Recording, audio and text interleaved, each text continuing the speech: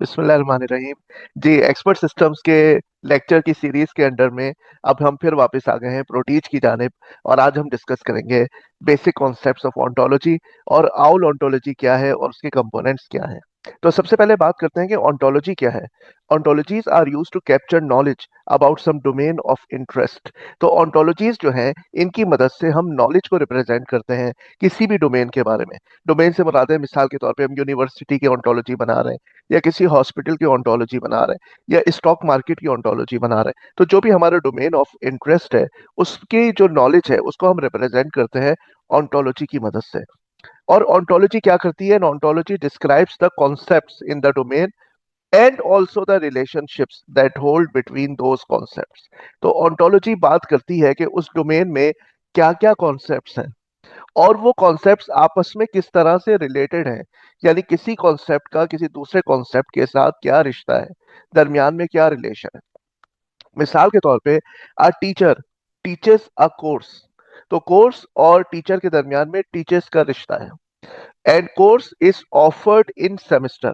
तो कोर्स एक कॉन्सेप्ट है, सेमेस्टर एक कॉन्सेप्ट है, और उसके दरमियान में रिश्ता है ऑफरिंग का। तो ये डिफरेंट कॉन्सेप्ट्स जो है वो किस तरह आपस में रिलेटेड है, ऑन्टोलॉजी इसकी बात करती है। तो ये जो ऑन्टोलॉजी है ये क्या है? डिफरेंट कॉन्सेप्ट्स हैं और उनके दरमियान में हमने रिश्ते उस्तवार किए हुए, ये रिलेशन है। ठीक है ना? जैसे मिसाल के तौर पे रेस्टोरेंट एक कॉन्सेप्ट है। Person visit restaurant. Restaurant is located in some location. Restaurant opens until some time. ठीक है ना? Person visits on some date. This date has some weather condition. Hot है, कोल्ड है, क्या है। तो ये डिफरेंट, ये आपके पास रिलेशंस है और ये डिफरेंट कॉन्सेप्ट्स हैं जो सर्किल्स में है। और ये देखें आप किस तरह से ये चीजें आपस में रिलेटेड हैं।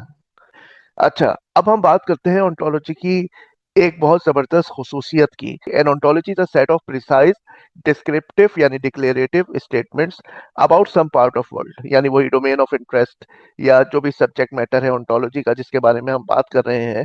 तो ओंटोलॉजी जो है वो प्रिसाइज डिस्क्रिप्टिव स्टेटमेंट्स। अब प्रिसाइज डिस्क्रिप्टिव स्टेटमेंट से क्या मुराद है?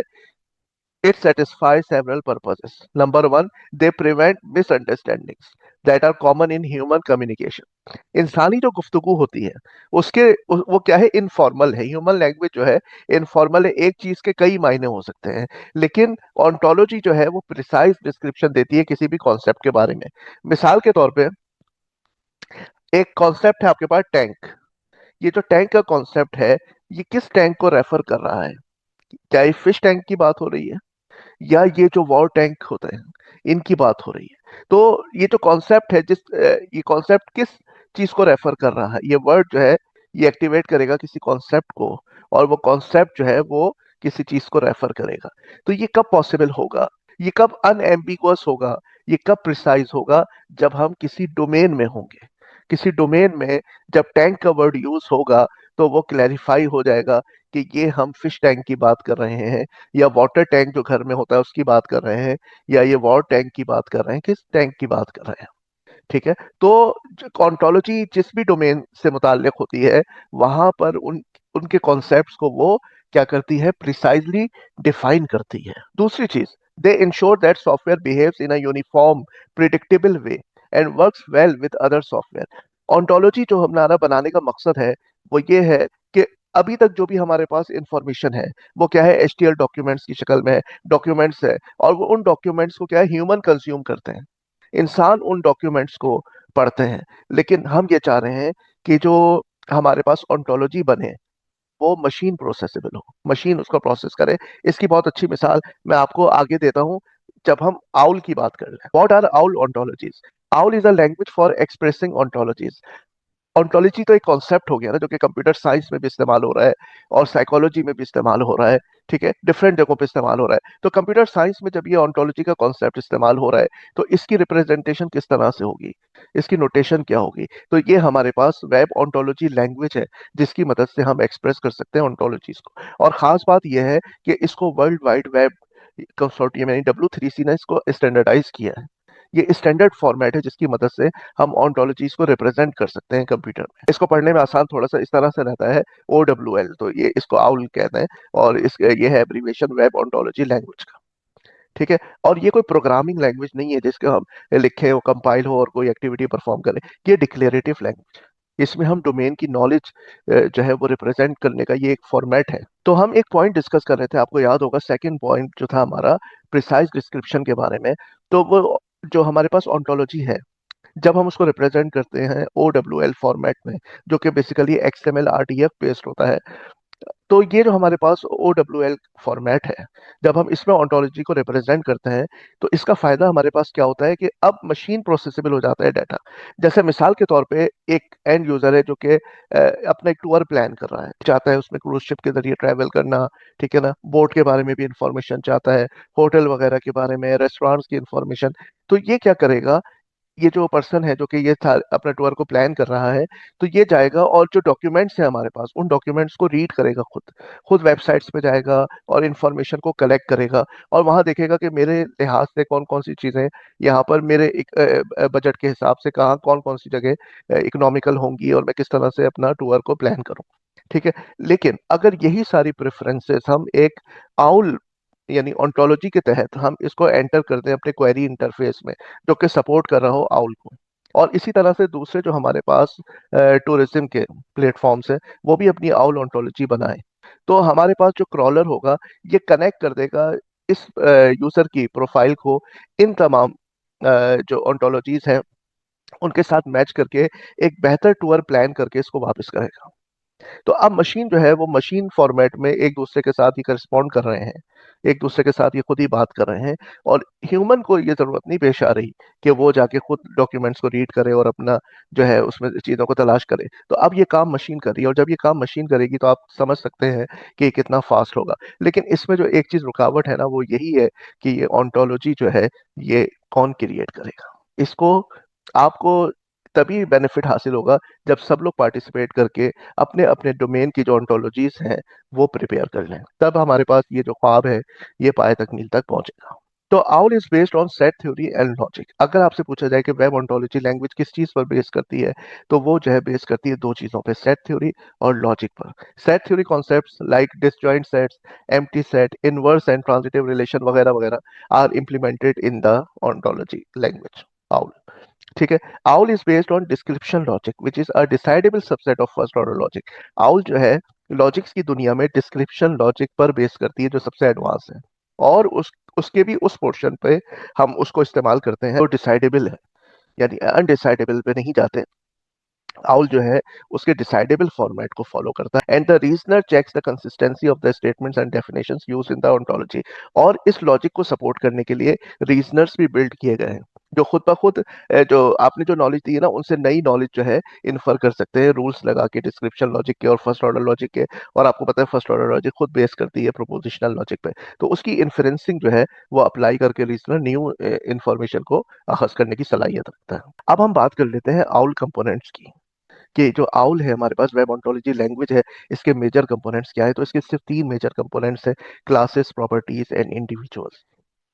और एक बड़ा खूबसूरत जुमला है जिसके तहत आप इन तीनों को जोड़ सकते हैं।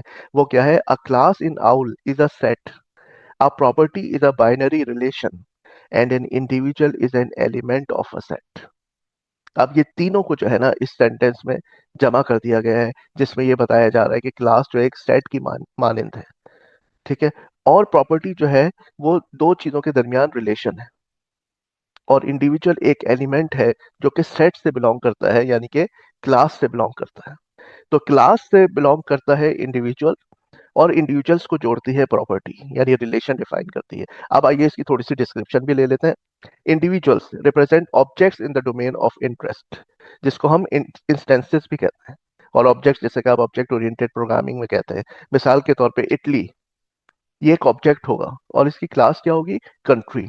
यूएसए, इसकी क्लास क्या होगी, कंट्री। इसी तरह डायन, माइकल, टिम, ये क्या है, पर्सन क्लास के ऑब्जेक्ट्स हैं। या सपोज करें पर्सन एक सुपर क्लास है, उसकी कोई सब क्लास है, स्टूडेंट है या फैकल्टी है, तो सपोज करें ये उसके इंस्टेंसेस हैं, ये उसके ऑब्जेक्ट्स हैं। तो इसको हम डायमंड की मदद से रिप्रेजेंट करते हैं, ठीक है। An important difference between OWL and most programming and knowledge representation languages is that OWL does not use the unique name assumption. OWL जो है UNA यूज नहीं करता। क्या मतलब, this means that two different names could actually refer to the same individual. अब ये जो है, सपोज करें माइकल, अब इस माइकल को हमने माइक भी कहा हुआ है, इसका निक नेम है। तो ये भी हो सकता है कि दो नाम जो है वो एक ही शख्सियत को, एक ही ऑब्जेक्ट को रेफर कर रहे हो, ये आउल में पॉसिबल है। ठीक है, इसकी इम्प्लीमेंटेशन कैसे होगी ये हम प्रोटीज में देखेंगे। ये नोटपैड के अंदर मैंने ये फाइल को खोल लिया है। ठीक है, तो ये देखिए, अब एक्सएमएल फॉर्मेट में जो है हम इसको रिप्रेजेंट करते हैं। यानी हमारी file pizza tutorial with data version 2.आउल, जी, इसमें सब बताया हुआ है कि कौन क्या ऑब्जेक्ट प्रॉपर्टी है। और ये क्लासेस हैं हमारे पास, यहाँ से हम आउल क्लासेस के बारे में बता रहे हैं। ये जो है ना आपके जहन में आ रहा होगा, तो मैंने कहा मैं आपको ये दिखा दूं कि ये जो फाइल होती है ना, ये एक्सएमएल फॉर्मेट में होती है, और ये डिक्लेरेटिव तरीका है, डिक्लेयर कर रहे हैं हम डोमेन नॉलेज को। अब आ जाते हैं सेकंड मेजर कंपोनेंट ऑफ आउल, यानी कि properties. Properties are binary relations, दो चीजों को जोड़ने के काम आती है प्रॉपर्टी। और प्रॉपर्टी की तीन इकसाम है, ऑब्जेक्ट प्रॉपर्टी, डाटा प्रॉपर्टी और एनोटेशन प्रॉपर्टी। डाटा प्रॉपर्टी को कहीं कहीं पर डाटा टाइप प्रॉपर्टी भी लिखा गया है मैनुअल में। अच्छा, object property link two individuals together. जो ऑब्जेक्ट प्रॉपर्टी होती है ना, वो दो इंडिविजुअल्स को जोड़ती है। और आपको मालूम है कि हर इंडिविजुअल जो है वो किसी क्लास का इंस्टेंस होता है। ठीक है, तो आप कह सकते हैं कि इसके पीछे भी क्लास है, इसके पीछे भी क्लास है।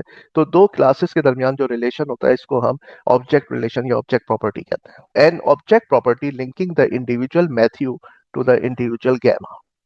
तो ऑब्जेक्ट प्रॉपर्टी इसमें क्या हुई, has sister Matthew, has sister Gemma. अब ऑब्जेक्ट प्रॉपर्टी में क्या चीज होती है, डोमेन, और क्या होती है रेंज। मिसाल के तौर पे इस डायग्राम में आपको दिखाया गया है कि ये हमारे पास पर्सन की क्लास है जिसमें ओरियाना है, माइकल है। ठीक है, और ये हमारे पास डॉग की एक क्लास है जिसमें रोवर है, बडी है। और ये हमारे पास कंट्री की क्लास है, इटली, यूएसए, इंडिया वगैरह। तो ये हमारे पास जो पर्सन है, ये है डोमेन। ये देखें आप, ये प्रॉपर्टी है। और ये कंट्री रेंज है, किस तरह से, क्योंकि हम कह रहे हैं कि Michael lives in USA. Lives in जो है वो एक प्रॉपर्टी है जो कि जोड़ रही है माइकल और यूएसए को। लेकिन उसमें माइकल जो है, इसको हम डोमेन कहेंगे, क्योंकि ये प्रॉपर्टी माइकल के बारे में बात कर रही है, किसी माइकल की प्रॉपर्टी को डिस्क्राइब कर रही है। और उस प्रॉपर्टी की जो वैल्यू है वो कहलाएगी रेंज, जो कि यूएसए, यानी माइकल जो है वो रहता है कहाँ, यूएसए में। इसका आसान तरीका ये भी है कि एरो जिस साइड पे जा रहा है वो है रेंज। ठीक है, और जहां से शुरू हो रहा है वो है domain. The domain of a property is the set of all objects that can have that property asserted about it. जिस चीज के बारे में प्रॉपर्टी एसर्ट की जाएगी, बताया जाएगा, जिस चीज के बारे में बात होगी, वो उसका डोमेन हो जाएगा। And the range is the set of all objects that can be the value of the property. और जो आंसर की तरह से महसूस होगा वो आपका जो है रेंज होगा। जैसे हम कोई फंक्शन कॉल करते हैं और फंक्शन को हम कुछ वैल्यूज देते हैं, जैसे स्ट्रिंग हमने दी और हमने कहा बताओ इसकी लेंथ क्या है। स्ट्रिंग लेंथ का फंक्शन है, उसमें हमने एक स्ट्रिंग पास की, जवाब में वो हमें उसका एक नंबर दे देगा कि भाई 13, 17, 20, जो भी उसकी लेंथ होगी स्ट्रिंग की वो हमें रिटर्न कर देगा। तो जो वैल्यू रिटर्न होगी ना वो होगी रेंज। और जो हम स्ट्रिंग उस फंक्शन को पास करेंगे स्ट्रिंग लेंथ को, वो हो जाएगी उसका डोमेन। सही। डेटा टाइप प्रॉपर्टी में ये फर्क होता है कि एक तो इंडिविजुअल होता है, लेकिन दूसरी चीज जो है वो डेटा होता है। दूसरा जो है वो ऑब्जेक्ट नहीं होता। जो आपने पीछे पढ़ा ऑब्जेक्ट प्रॉपर्टी, उसमें दोनों साइड पे इंडिविजुअल्स थे, लेकिन डाटा टाइप प्रॉपर्टीज में एक साइड पे इंडिविजुअल है और दूसरी साइड पे डाटा है। जैसे मैथ्यू हैज एज, और उसकी फिर एज आ गई कि 25। Data type property linking the individual Matthew to the data literal 25 which has a type integer. तो डेटा टाइप प्रॉपर्टीज क्या है, these properties relate individuals to data values, also called data properties. The range will be a data type instead of a class. अब आ गया हमारे पास annotation property. Annotation property is usually meta data such as a comment or a label. तो किसी भी चीज के बारे में आप कोई इंफॉर्मेशन मजीद देना चाहेंगे, वो मजीद डिस्क्रिप्टिव हो जाए, उसको पढ़ना आसान हो जाए। ठीक है, an annotation property linking the class jet engine to the data literal string Matthew Horridge. कि जेट इंजन जो है उसका क्रिएटर, अब यहाँ पर आपके पास कोई ऑब्जेक्ट भी हो सकता था मैथ्यू हॉरिज के नाम से, लेकिन आपने यहाँ पर उसका एक नाम स्पेसिफाई कर दिया, एक लिटरल, कि भाई इस शख्स ने जो है ना जेट इंजन बनाया था। ठीक है, मिसाल के तौर पे आपने कोई टेम्परेचर स्टोर किया है, टेम्परेचर 21। अब आप बताना चाह रहे हैं कि भाई 21 जो है ना, मैं सेल्सियस की बात कर रहा हूँ या मैं फ़ारेनहाइट की बात कर रहा हूँ, तो आप उसको एनोटेट कर सकते हैं, उसको आप लेबल फराहम कर सकते हैं, उसकी मजीद इंफॉर्मेशन आप दे सकते हैं कमेंट या लेबल की मदद से। ठीक है, ताकि जब आप पढ़ें तो आपको अंदाजा हो जाए कि भाई ये सेल्सियस है या फ़ारेनहाइट है। तो इस तरह जो आप इंफॉर्मेशन किसी भी चीज़ की रख सकते हैं। बस इसमें ये होता है कि ये एक इंफॉर्मेशन होती है, तो इस पे आमतौर पे रीजनिंग नहीं होती। जैसे ऑब्जेक्ट प्रॉपर्टी है या डेटा टाइप प्रॉपर्टी है, उस पे तो रीजनर काम करता है, लेकिन एनोटेशन प्रॉपर्टी पे रीजनर काम नहीं करता। उसको उसको उस हवाले से नहीं देखता कि जिसमें जो है ना लॉजिक तलाश की जाए या इनकंसिस्टेंसी को देखा जाए। आखिर में हमारे पास आ जाती हैं क्लासेस, जो कि बेसिकली तो हम डिस्कस कर ही चुके हैं। All classes are sets that contain individuals. तो ये जो क्लासेस होती हैं, इसके अंदर हमारे पास इंडिविजुअल्स होते हैं। क्लासेस में भी organize into a hierarchy of super class, sub class. आप इसको हायरार्किकल वे में भी डिफाइन कर सकते हैं, जिसको हम टेक्सोनॉमी कहते हैं। लेकिन एक बात जहन में रखने की है कि ये जो आउल क्लासेस है ना, ये लाजिम नहीं कि एक ट्री स्ट्रक्चर में हो, ये ग्राफ की सूरत में भी हो सकती है। यानी एक क्लास जो है मल्टीपल क्लासेस से इनहेरिट कर सकती है अपने आप को। इस वीडियो में हमने ये डिस्कस किया कि ऑन्टोलॉजी क्या होती है, और उसका मकसद ये होता है कि हम मशीन प्रोसेसेबल डाटा डिफाइन करें। जहाँ पर कंप्यूटर साइंस की बात है, उसके लिए हमारे पास एक आउल फॉर्मेट है, जो कि वेब ऑन्टोलॉजी लैंग्वेज है, और वर्ल्ड वाइड वेब कंसोर्टियम ने उसको स्टैंडर्डाइज किया है कि ऑन्टोलॉजी इस फॉर्मेट में डिफाइन की जाए। और बेसिकली अगर तह में जाके देखें तो वो एक्सएमएल फॉर्मेट होता है। और हमने ये देखा कि इसके जो है तीन मेजर कंपोनेंट्स होते हैं, क्लासेस, इंडिविजुअल्स और प्रॉपर्टीज। और प्रॉपर्टीज की तीन मजीद इकसाम होती हैं, जिसमें डाटा प्रॉपर्टी, ऑब्जेक्ट प्रॉपर्टी और एनोटेशन प्रॉपर्टी होती है। फिर उसको हमने डिफरेंट डायग्राम्स के जरिए से भी यहाँ पे व्यू कर लिया कि इंडिविजुअल्स को हम किस तरह से रिप्रेजेंट करते हैं, क्लासेस को किस तरह से रिप्रेजेंट करते हैं, और प्रॉपर्टीज को किस तरह से रिप्रेजेंट करते हैं। वैसे तो ये जो अभी प्रॉपर्टी है तो ऑब्जेक्ट प्रॉपर्टी है, लेकिन ये है कि हमने आपको डेटा प्रॉपर्टी को भी रिप्रेजेंट करना बताया, और एनोटेशन प्रॉपर्टी को भी। ठीक है, थैंक यू वेरी मच।